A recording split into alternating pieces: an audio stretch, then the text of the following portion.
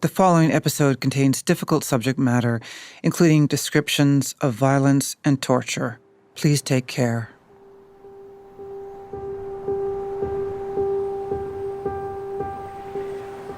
In the days following the discovery of Karima's body in the frigid waters off Toronto Islands, protesters took to the streets of towns and cities throughout Balochistan and also in Karachi, Pakistan's largest city.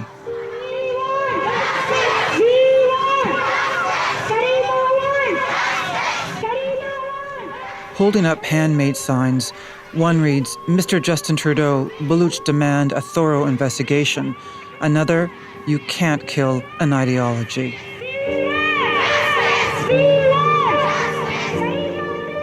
And then a powerful rallying cry. I am Karima. You are Karima. We are Karima.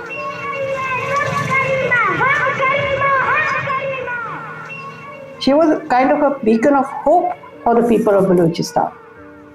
Henna Jalani, a renowned international human rights lawyer. And people did look up to her. She was a local hero.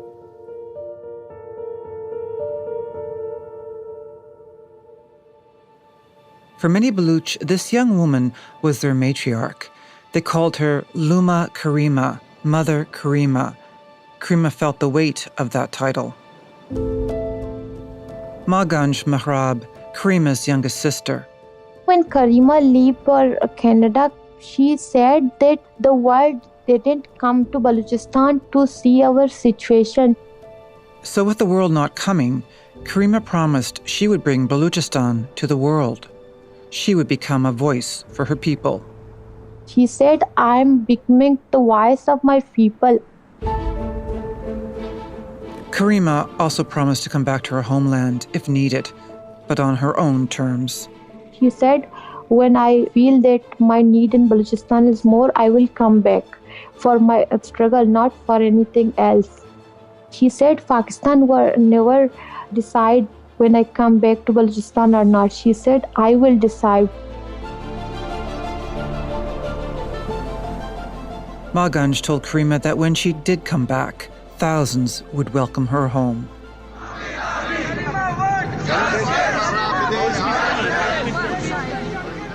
And thousands did when Karima returned to Pakistan in a wooden box.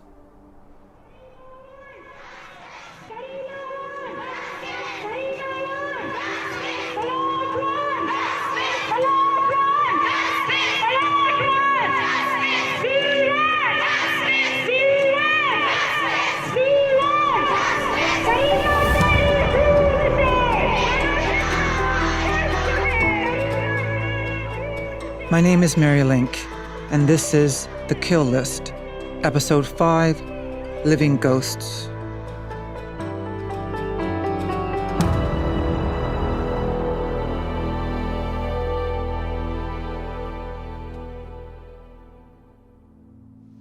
We are all tired, actually, to tell you the truth. Even if you say you expect justice for Karima or what happened to Karima, it's not only Karima.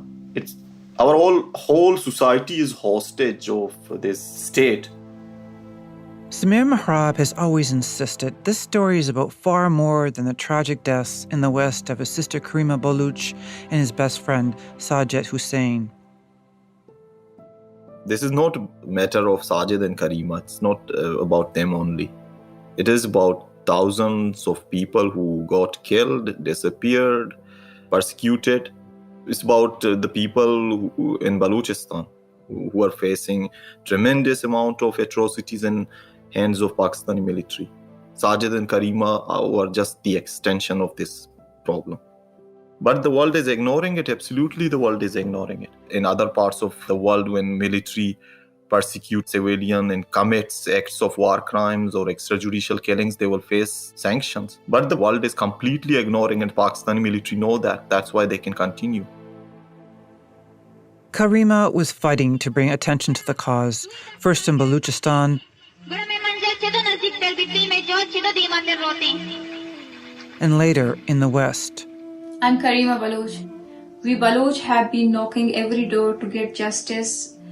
but the entire humanity and human rights groups fails to answer.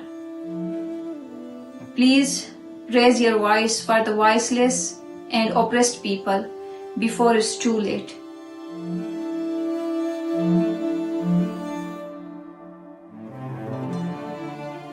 This is what Karima's life was. This is how she felt, how she lived her life when she was alive.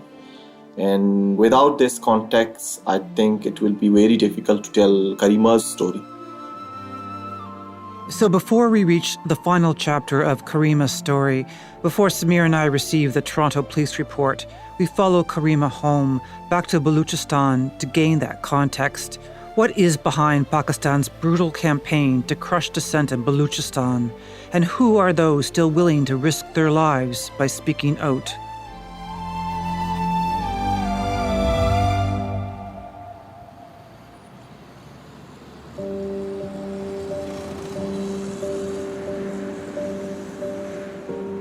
Living ghosts. That's the name Amnesty International has called those disappeared at the hands of the Pakistani state. Sometimes they're killed, sometimes they're released after months or years of torture. Rarely do they talk.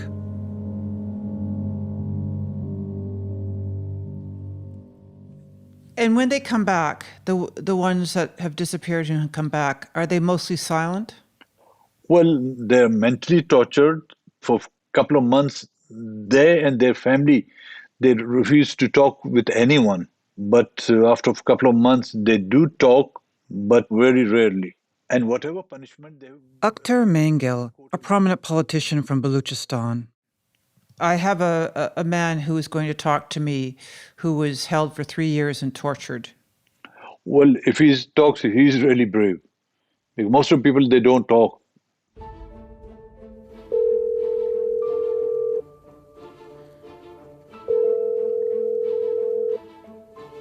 Hi, Mary. Hi. Yeah, I'm here and repeat tawar kamu gajgajin. I'm on the phone with Latif Johar, who is in Toronto. He's my translator for the other man on this call, speaking Baluchi. His name is Rafiq, and he's in hiding in Balochistan. Mary, you can go now. Can you tell him first off that I'm thanking him very much for speaking out and that he's very brave and that I really appreciate him being part of this? He said thank you very much for interviewing me and sharing my experience with the world. Telling his story publicly puts Rafiq in great danger. I ask him why he is willing to take this risk by speaking with me. I feel like it's my moral duty, and whatever I experienced, I knew how bad it was and how the people right now are kept in those torture cells and being tortured. They have kids, they have wives, and they have a life. So that's why I'm speaking out. So that's why I want the world to know. I know like I'm already physically, mentally damaged. If something happened to me, I can accept it, but I have to talk about what was happening with me and what is happening with those in torture cells. They cannot speak out. Is he fearful that because he speaks out, that they will take him again? Yes, I'm sure they can take me again wherever they find me, but I want to talk. In 2017, Rafiq had a bad accident. He was riding his bike when he was hit by a tractor.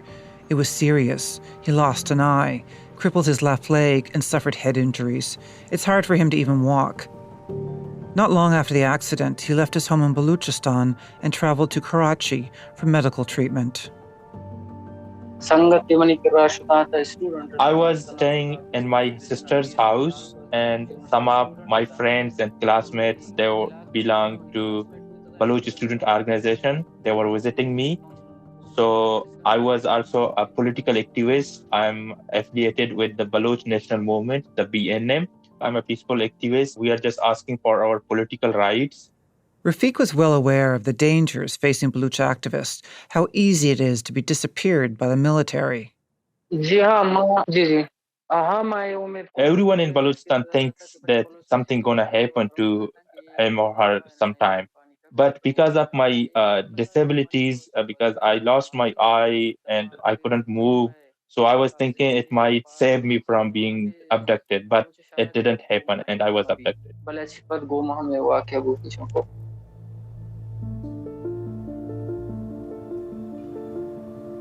Here's the story Rafiq wants the world to know. It began on a hot day. Rafiq was sitting outside a shop in Karachi with one of his visiting friends, a BSO member. They were chatting away, sipping icy drinks to cool themselves. So we were talking about education. I was discussing like I'm gonna take admission at university and continue my education. Then suddenly we saw the vehicles of rangers surrounded us. Rangers, meaning members of Pakistan's military's Frontier Corps, they began beating Rafiq's friend. Then they went after Rafiq.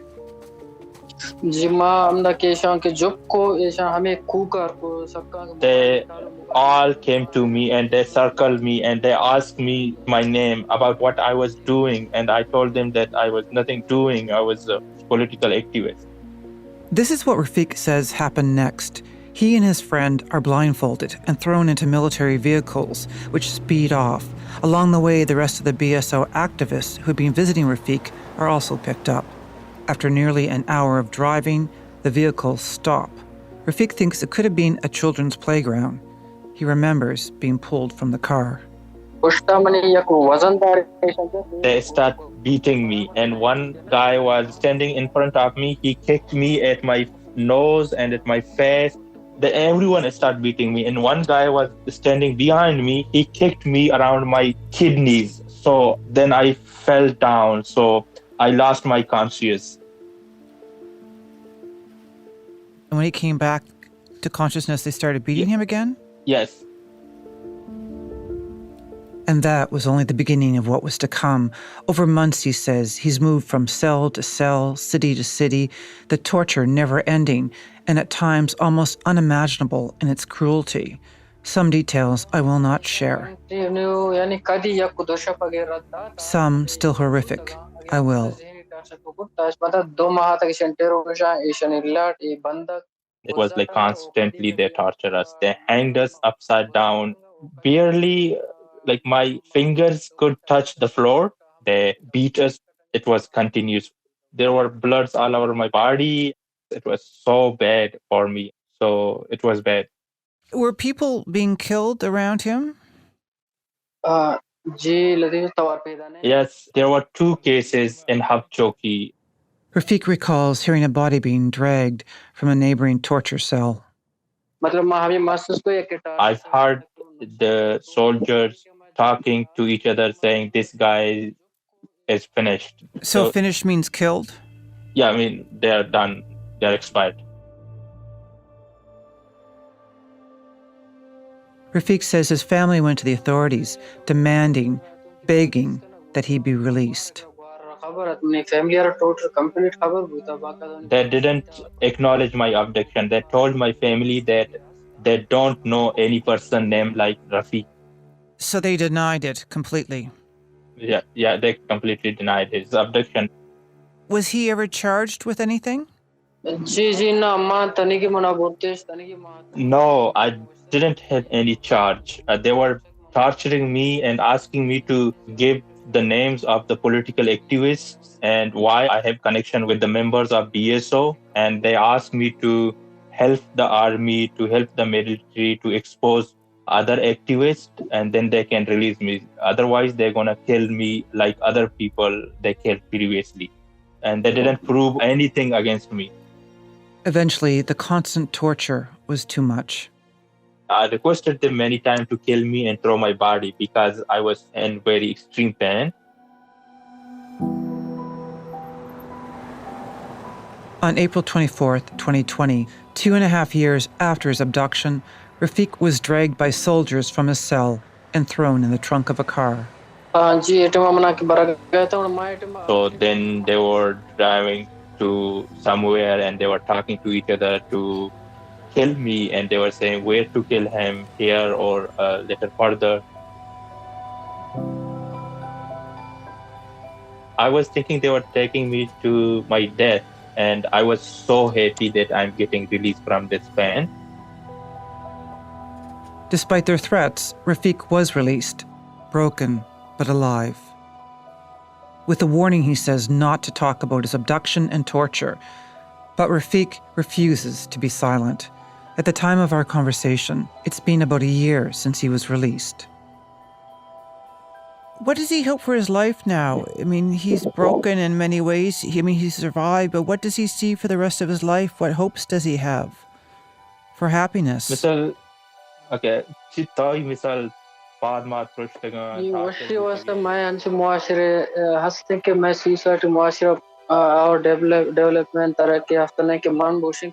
I'm really depressed. I'm completely hopeless for my happiness. But speaking out against these brutalities, against what Pakistan army is doing, and also if someone else internationally or international community and media. So I want the world to speak against Pakistan military. That make me happy only.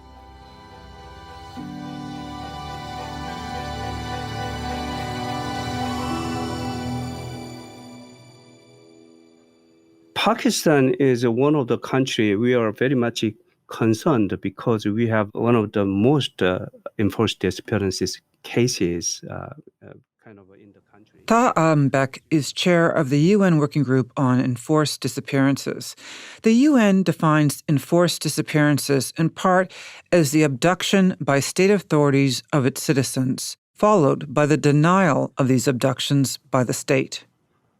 Enforced disappearances are a very unique crime because until you find a person's fate or whereabouts, you cannot even use the criminal law and procedure at all.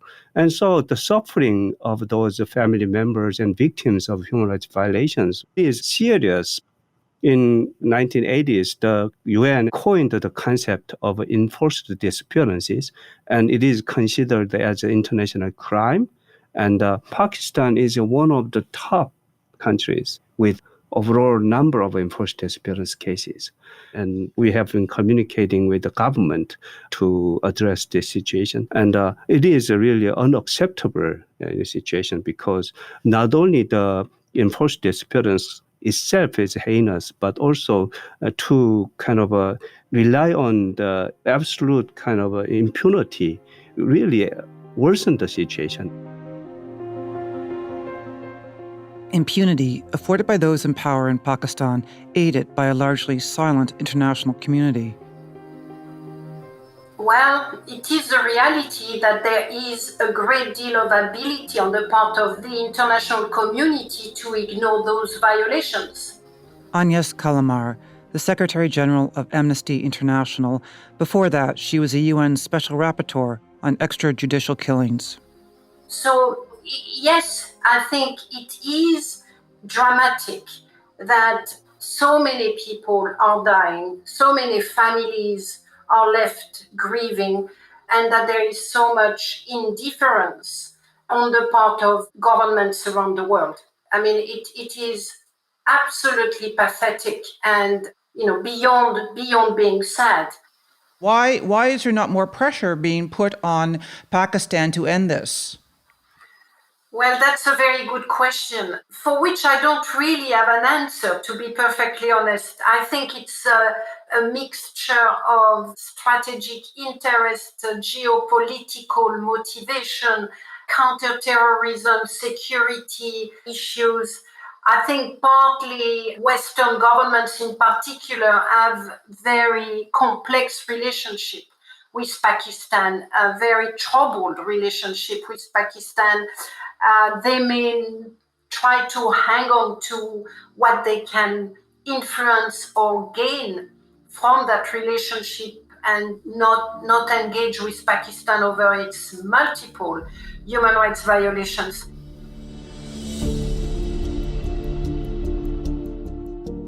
I think it's important to note that the Pakistani government also mounts quite a vociferous effort, a lobbying effort with Western governments to try and quell any investigations of things that are related to Balochistan. Declan Walsh, the former Pakistan bureau chief for the New York Times. You know, because for countries, Western countries like Canada, the US, the UK, Balochistan is not a major strategic interest. Declan says human rights abuses in Balochistan have been ignored for far too long. I'm delighted you're doing it. I think it's an important story that's gotten zero coverage. And this lack of attention is demoralizing for those trying to get the world to pay attention, people like Karima and Sajid. You know, I mean, my sense is the point about these, you know, the mystery around some of these people who've died, even if some of them have committed suicide, I mean, they've likely, you know, that is, if it's not a reflection of an assassination necessarily, it could be a reflection of the kind of pressures that these people are under for the work that they've been doing and the toll that it takes on them, especially, you know, when even in Pakistan, nobody's really paying attention, you know. People in Balochistan began disappearing at the hands of the Pakistani military nearly 50 years ago. According to numbers cited by the Human Rights Commission of Pakistan, tens of thousands have disappeared in Balochistan. Hannah Jalani is one of the founders of the commission. The Human Rights Commission of Pakistan has always tried to hold an exercise of verification. And we have come up with numbers eventually after having verified from our own sources and fact findings what these numbers are. You know, I don't count these numbers. Even one enforced disappearance is one too many. It's a crime against humanity under international law. The majority of those disappeared are the Baloch, followed by the Pashtun. The first issue of the missing persons was unfortunately started with my family. Akhtar Mangal is a member of a well-known political family and comes from a long line of tribal chiefs. In 1972, his father, Ataullah Mangal, was sworn in as the first chief minister of Balochistan, but 9 months later, he was arrested and imprisoned by then Prime Minister Zulfikar Ali Bhutto. 3 years later, Pakistani intelligence agents illegally abducted Akhtar's brother. We were the first victim of the missing person, my elder brother. He was 19 years old in 1976. He was abducted along with his friend. Asad Mangal had stopped by a home in Karachi to use a telephone. A friend, Ahmad Shah Kurd, was waiting outside in a car for him. He was sitting in that house. All of a sudden, the power went off. It was hot weather, so he came and sat with his friend in the car, and two cars came, approached, and someone saw it from the roof. Akhtar says a witness watched from a nearby rooftop as Pakistani security forces fired bullets into his brother's car. And the guys from the other cars, they ran and grabbed them and took them away. That's the only thing we knew about it. Then they just disappeared. All that remained was their blood splattered throughout the car. Despite witnesses, Akhtar says the military denied any involvement.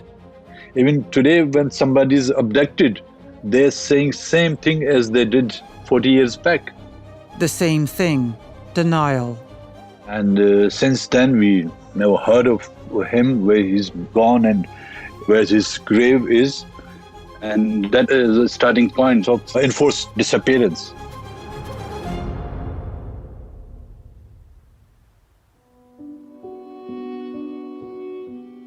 But to understand what's behind these enforced disappearances, one has to first understand the history of this conflict and the history of Balochistan. In the 18th century, before the British came into Asia, Balochistan was an independent state. We had our own parliaments. Our ruler was Khan of Kalat. He was the ruler, and there was sort of a confederation between the tribes. Akhtar says there are 24 major Baloch tribes, each with their own tribal leader in Balochistan. Historically, the tribal chiefs were governed by a succession of rulers, known as the Khan of Kalat. The Khan's rule began in 1512 and lasted almost 5 centuries, ending soon after the British lost their colonial hold over the Indian subcontinent. And 1947, when the partition took place between India and Pakistan, Balochistan was given a choice to be a part of India, to part of Pakistan, or to be independent.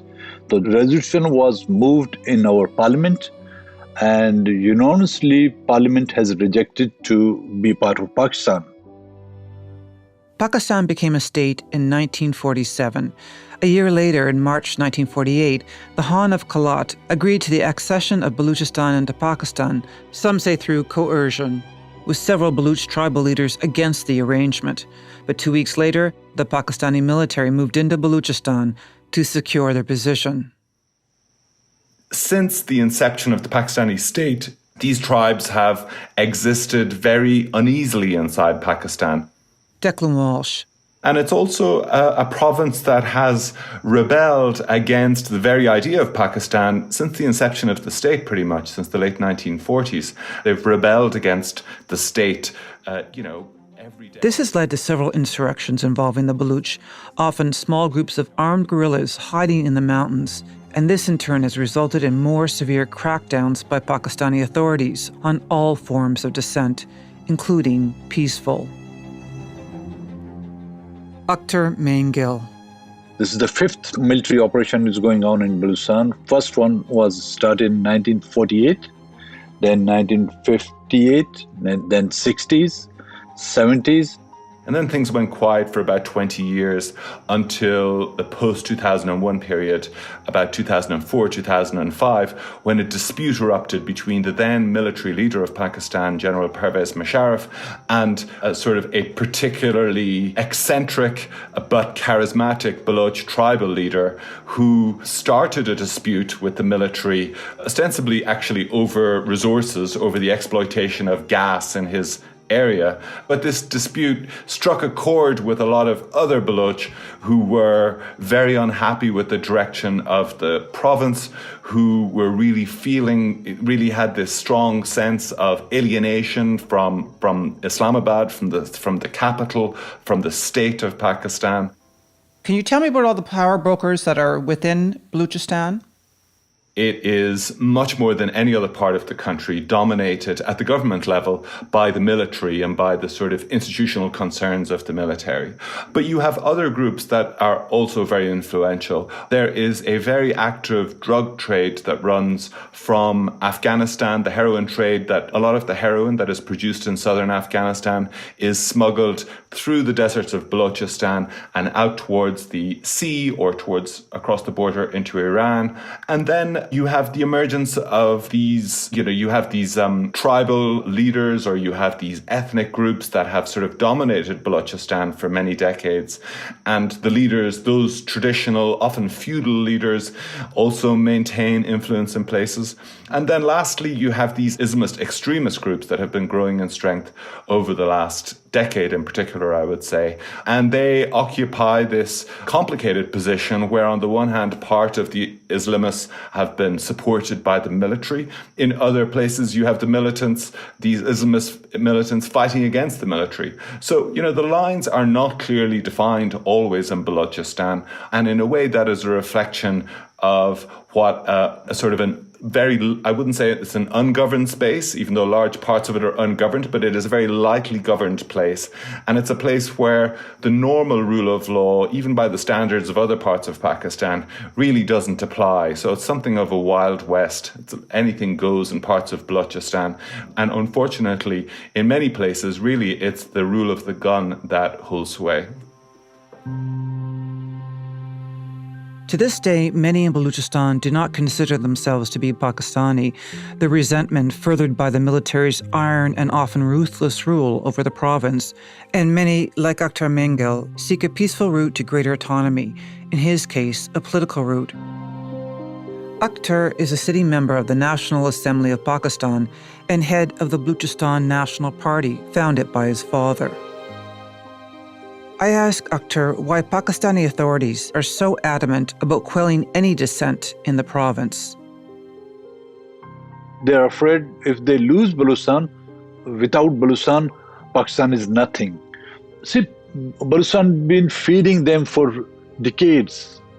Our natural resources been looted since 1960s. The area is rich in minerals, but unfortunately, we are not the beneficiary of this wealth. There are large deposits of copper, oil, gas, many valuable minerals buried under the soil of this otherwise desolate part of Pakistan. And, for whoever manages to exploit them can certainly make a lot of money in the future. And there are foreign resource companies from China, from Canada, from Australia who have already started to exploit it. A big player in Balochistan is Canada's Barrick Gold. The company is involved in a project to mine one of the world's largest undeveloped copper and gold deposits. The site is located in northwestern Balochistan. Barrick Gold and its partners are investing $10 billion. Even though the government of Balochistan has been promised a stake in the project, the venture has faced backlash from some Baloch who argue that little benefit will trickle down to the average person. They say the same about China's $62 billion infrastructure project in Pakistan. It's called the China-Pakistan Economic Corridor, or CPEC. With much of this happening in Balochistan, it's one of the most ambitious projects of Beijing's Belt and Road Initiative. Considered exploitative by Baloch nationalists, but key to military interests, says Declan Walsh. So the military is a staunch supporter for many different reasons, for strategic reasons as well as for economic ones, of the relationship with China. What's also important to know is that the Pakistani military controls a massive financial empire.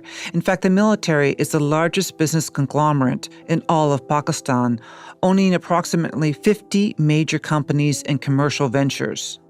They've established a huge empire. And this is back of an envelope calculation, with a net worth of $25 to $30 billion. Ayesha Siddiqa is an acclaimed Pakistani author and political scientist. One of her books, Military Inc., details the Pakistan military's vast business interests. So they're into manufacturing industry. So they make cement, they make cereals, they're into agriculture, and then there is a aviation company. They're into education, they're into oil and gas, roads, construction, real estate, private security. So every major sector, the military is present. So what do they do with all this money? Are individuals profiting themselves? Are the generals profiting from all this money? Where is it going, the money from all this businesses?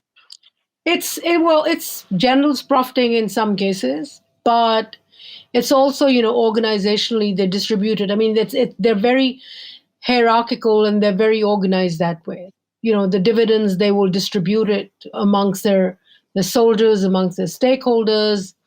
They even run a bank, by the way. But I think the more important thing is that it gives them this confidence of being independent of the state itself. I mean, they have their own economy. They don't have to depend on the government for their extra benefits, for the extra perks.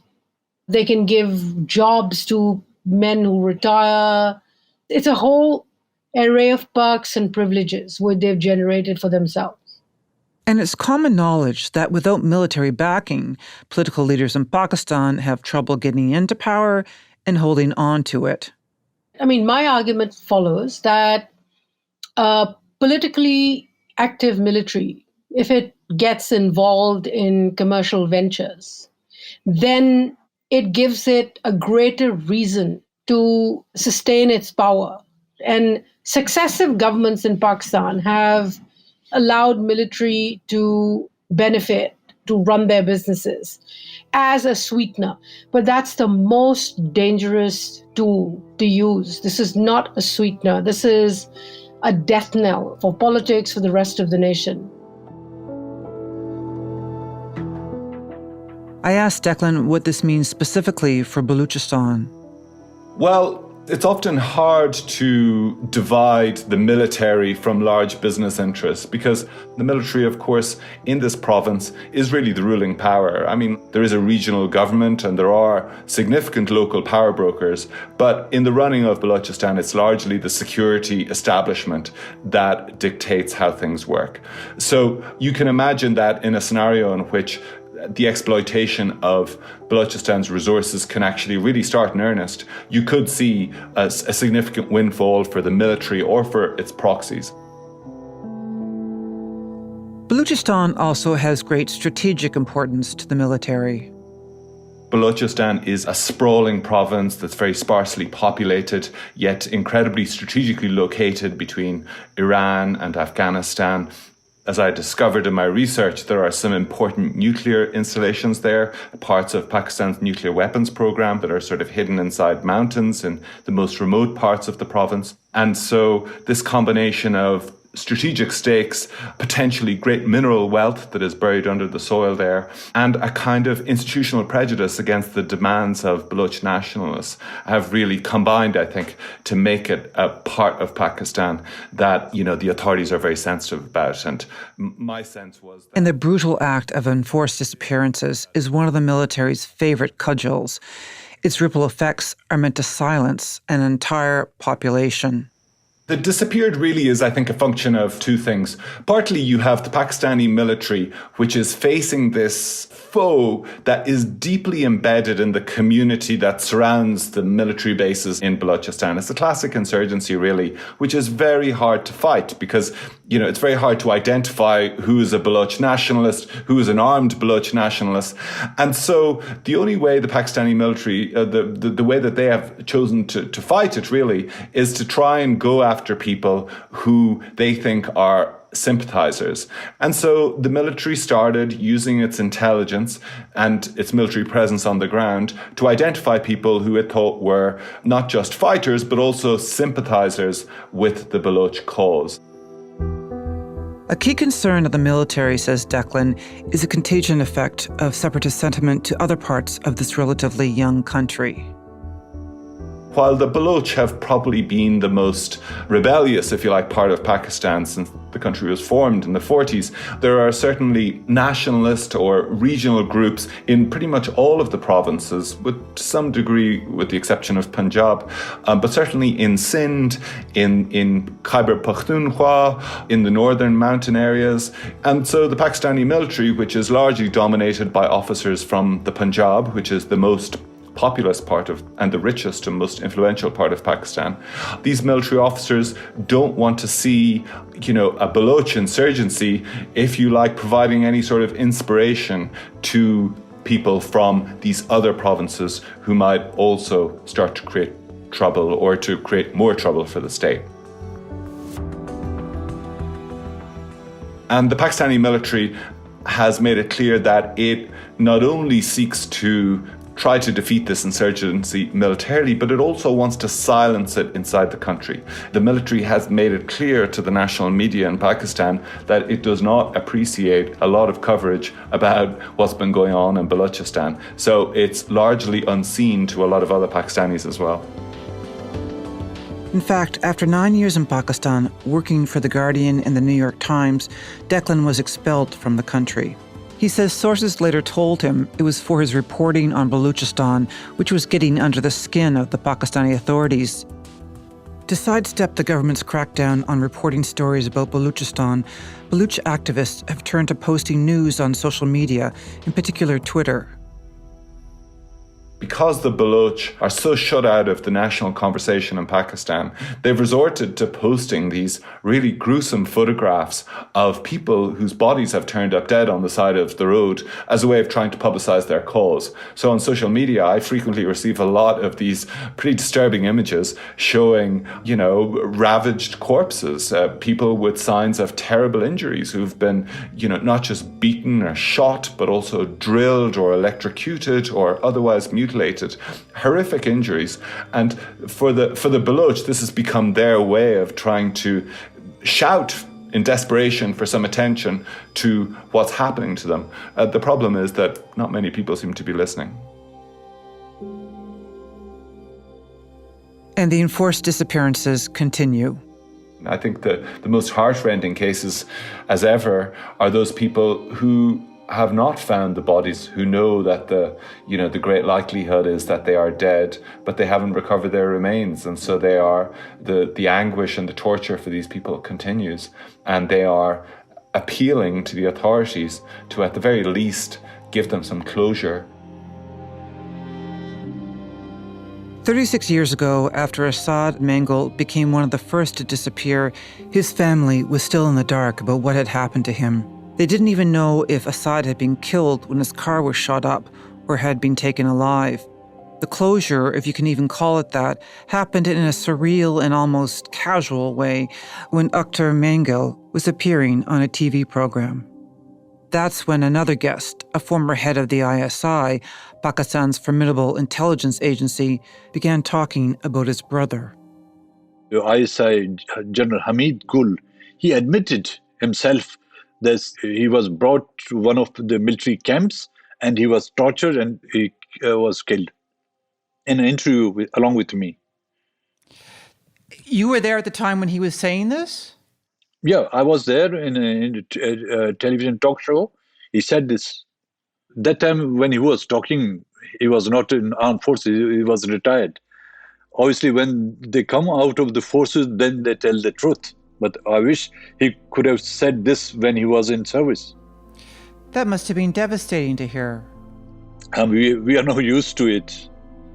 I mean, I think that hardly any home left in Balochistan where there's no missing person.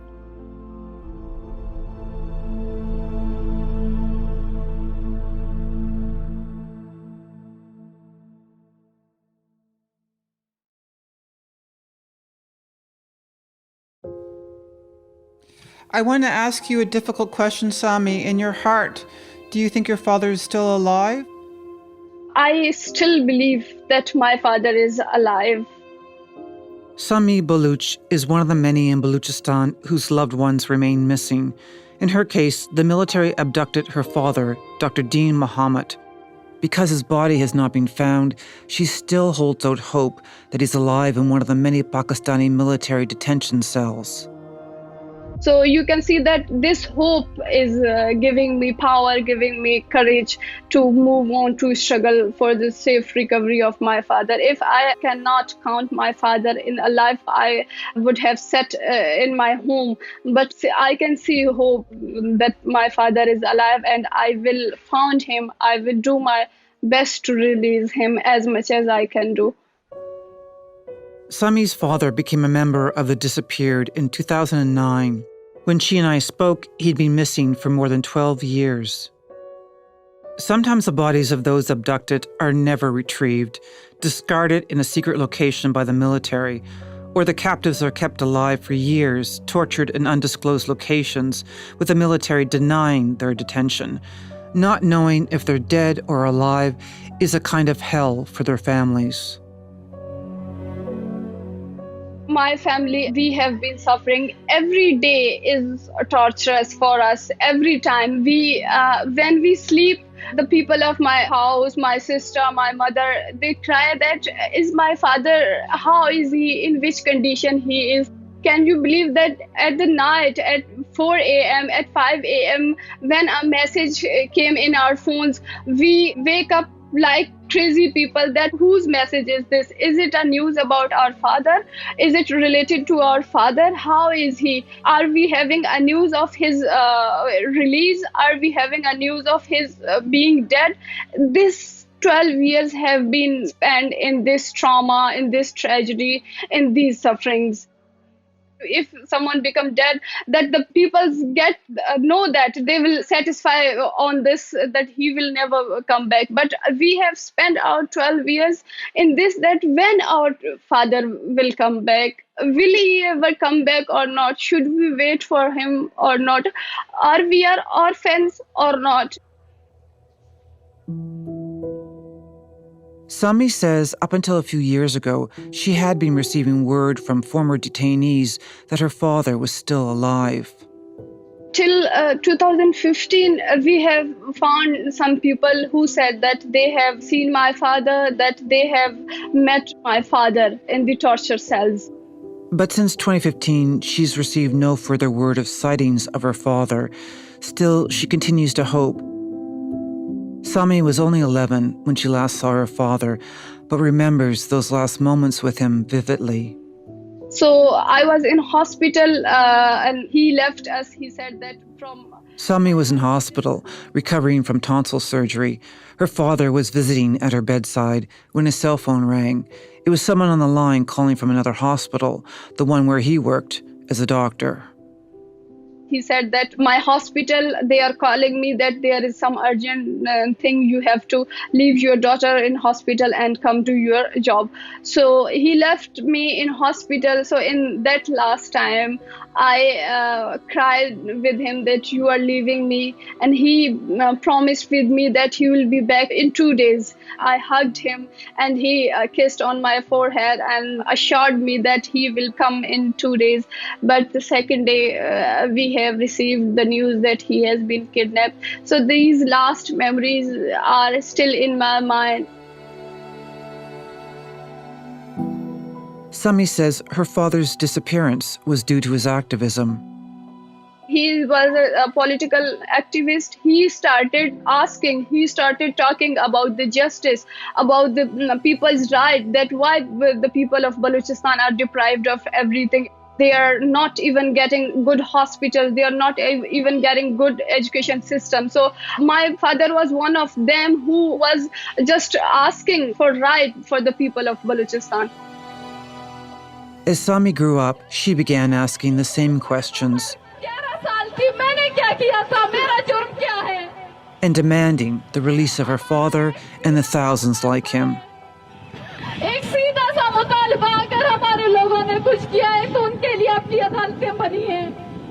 Sami often travels to larger cities in Pakistan as part of her activism work against enforced disappearances and to draw attention to her father's case.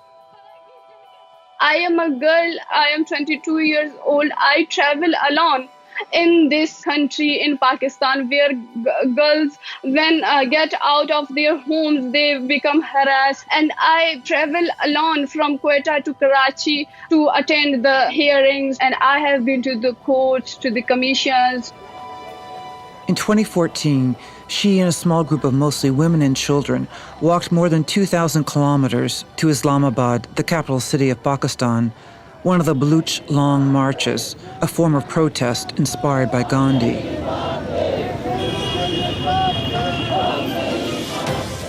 Hoping to get justice, these family members of missing persons in Balochistan are walking on foot to wake up the world about atrocities being committed by Pakistan.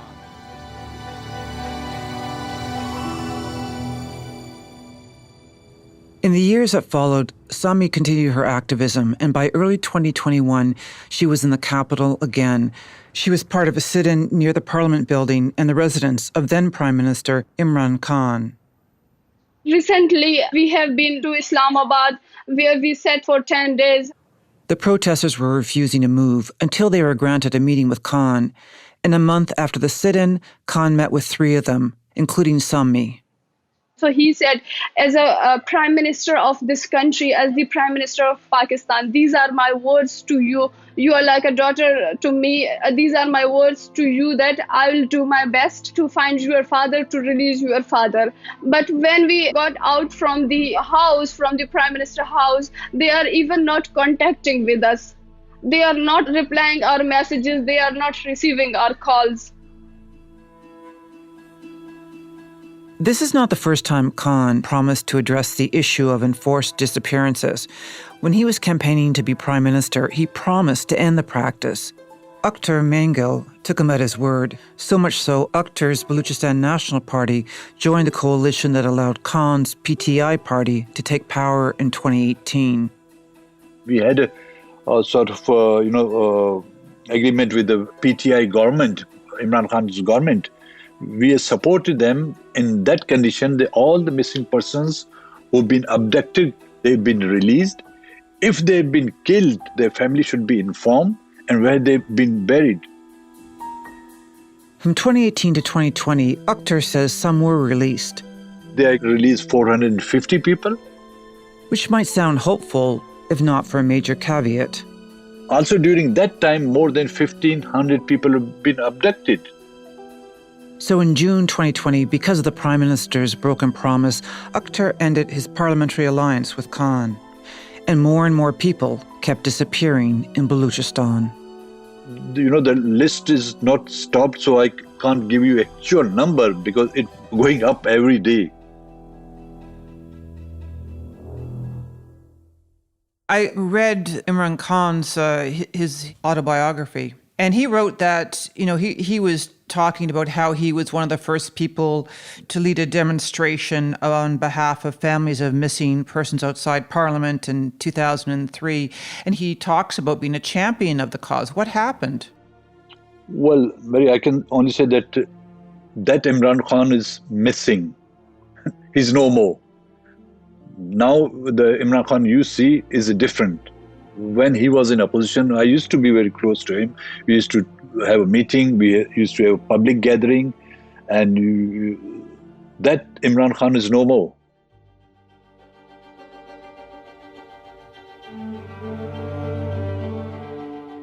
In the spring of 2021, I was trying to track down another leading politician from Balochistan, Senator Usman Khan Kakar. But before I could reach him, it was too late. In the past, he had spoken in the National Assembly about the harassment of Karima by the Pakistani state and concerns she was murdered in Canada. Karima Baloch, jo Beso Baloch Student Organization ki chairman rahi hai. On March 10, 2021, Senator Kakar, who was Pashtun, gave his last speech before retirement on the floor of the parliament. And it was because of that speech I wanted to talk to him. In it, the senator directly condemns the continued practice of enforced disappearances and says speaking out about this should not be a death sentence. जिसने भी जुर्म किया है उस पे case बना लूं, बेहतरीन वकील रख दूं. Abductions of people and recovery of mutilated dead bodies are still not stopped. It will continue in the future, which is wrong and illegal.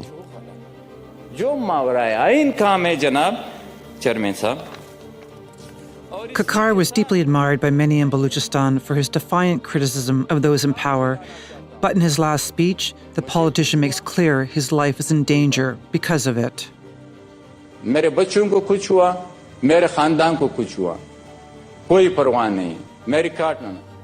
If something happens to me, it doesn't matter. I'm not worried about my life. But I want to bring on the record that 2 intelligence agencies will be responsible. You are my witnesses.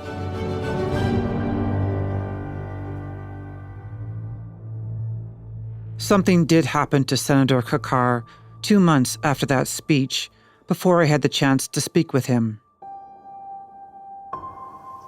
He was found unconscious, lying in the drawing room. Kushal Khan is the senator's 26-year-old son. On June 7th, 2021, his father was found by his family lying on a carpet in the drawing room of their home in Quetta. The 59-year-old had severe head injuries and was barely alive. 4 days later, he died in hospital. My conversation with Kushal takes place 7 days after his father's death. And we were expecting this will happen one day with him. Based on information they've gathered, Kushal says the family believes that 3 or 4 men attacked his father when he was alone at his house. Kushal says he was told his father was hit hard, that his injuries would be more in line with a violent attack than a fall. And Kushal, what are the authorities saying about this? Are they investigating his death? Actually, they were not investigating, and they called a press conference and they accused that he was not hit by someone. It was natural death, or he slipped and hit on his head. Yeah, that he slipped in the bathroom. Slipped in the bathroom. But he was found unconscious in drawing room, not in bathroom. So after a lot of pressure, they contacted us and they told us that they were forming a commission, judicial commission, to inquire the facts and figures of the death of my father. Kushal has little faith the commission is committed to finding out what really happened to his father. He says everything is pointing to assassination. You can see that in his last speech, he mentioned the two agencies of Pakistan. If I am ever killed or I died, I will be killed by these two agencies, these two authorities. And the two authorities are what? That's obvious to anyone, any person in this country who these two authorities are. Oh, but can you say, because this is for an international audience, who they are? Yeah, I can say that. It's ISI and MI. ISI and MI, two intelligence arms of the Pakistani military. No one has been charged or convicted in the death of Usman Kakar. The commission to investigate his death ended shortly after it was convened without any conclusion.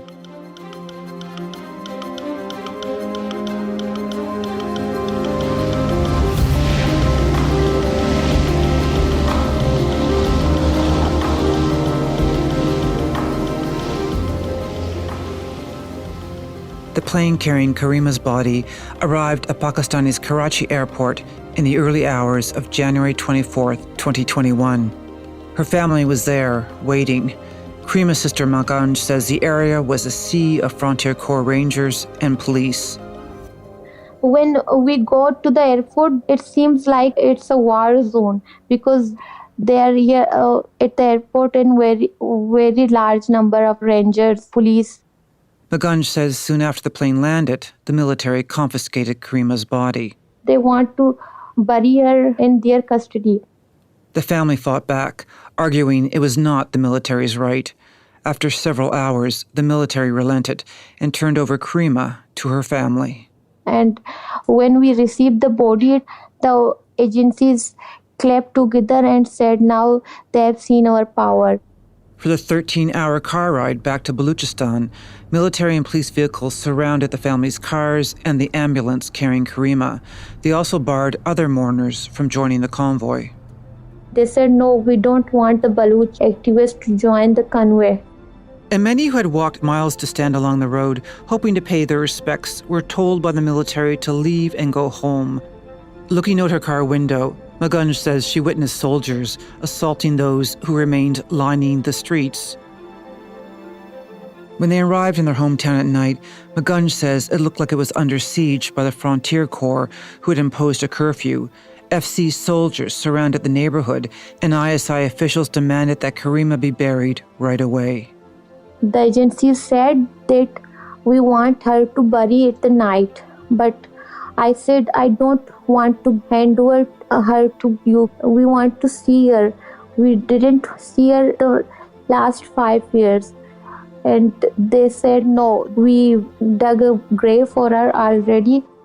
The family refused to bury her in the military's grave, and Karima was moved by relatives to her old bedroom in her home. We keep the box in our own room, and I locked the room and sat with her. Female family members stood guard at the door. Maganj alone sat vigil all night in the room, so for one last time she could be with the sister that for 5 years she had desperately longed for, who had promised to call her back before she disappeared. She always, my name is Maganj, its meaning is moon. She always said to me, you are my moon. When you are not here, I miss you so much. She was a person full of love. She was very optimistic when things are going very, very worse. She was the one who brings hope. When there was a group of people, upset people, she was the only one to bring a smile on the other people's face. I think she was the finest in our all Balochistan. I'm not saying this because she was my sister, because I see her very personally. She was very loyal to anyone. She was a very soft heart. She always said, why the world cannot be a better place.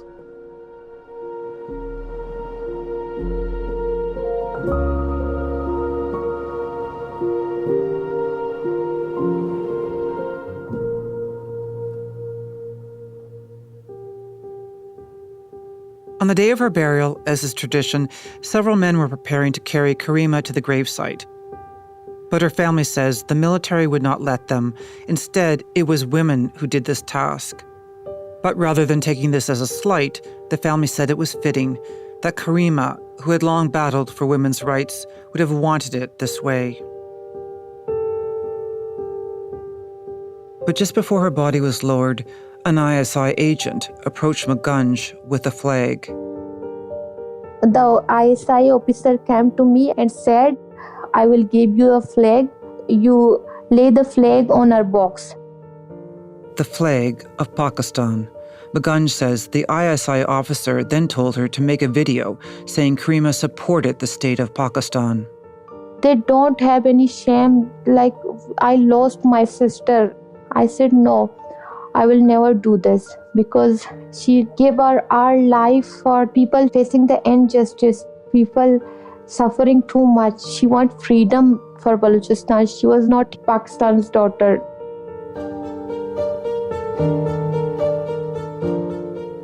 Karima had told Magunj if she were to die, she wanted to be buried in the flag of the Baloch Students Organization, the influential activist group she had once chaired, the first woman in nearly 50 years to hold that position. So Magunj had brought a BSO flag all the way from Karachi to lay over her sister. The military objected and grabbed it from her. Defiant, Magunj stitched together a red shawl and a piece of Karima's white shroud, reflecting the colors of the BSO flag, and laid it over her sister. And that is how Karima entered the earth of her beloved Balochistan, on her own terms.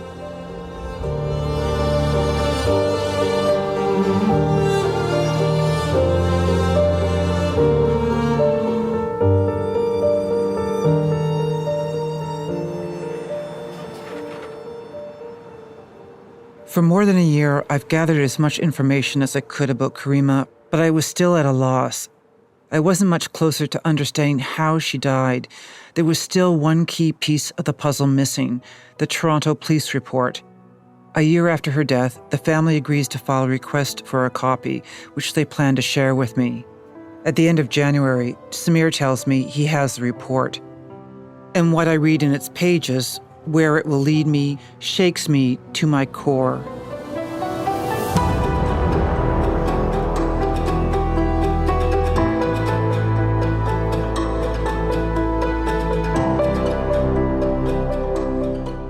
Pakistan's Ministry of Foreign Affairs did not respond to requests for an interview to discuss the allegations against the state that have been reported in this series.